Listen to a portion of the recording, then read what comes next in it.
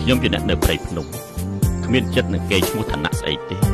សុខចិត្តអង្គុយលេងផឹកតែដោយសេរីវាប្រសើរជាងលើលោកអត់មានទេវតាប៉ុន្តែមានការរស់នៅបែបទេវតាតើមិនគួរឲ្យស្បែកចិត្តទេ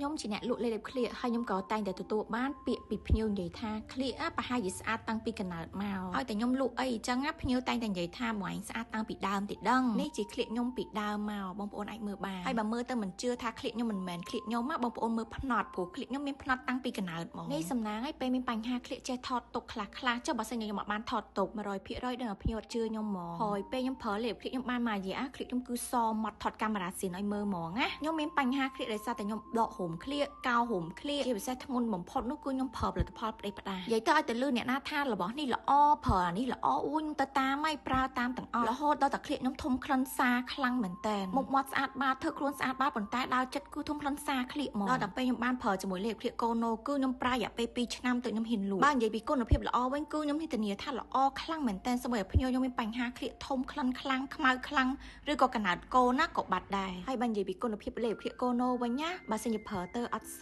អត់បាត់ក្លិនអ្នកលក់ហ៊ានសងលុយគ្រប់ចំនួនទៅវិញហ្មងមិនថាបងប្អូនទិញពីតំណាងចែកចាយអ្នកលក់ហ៊ានស៊ីហ៊ានសង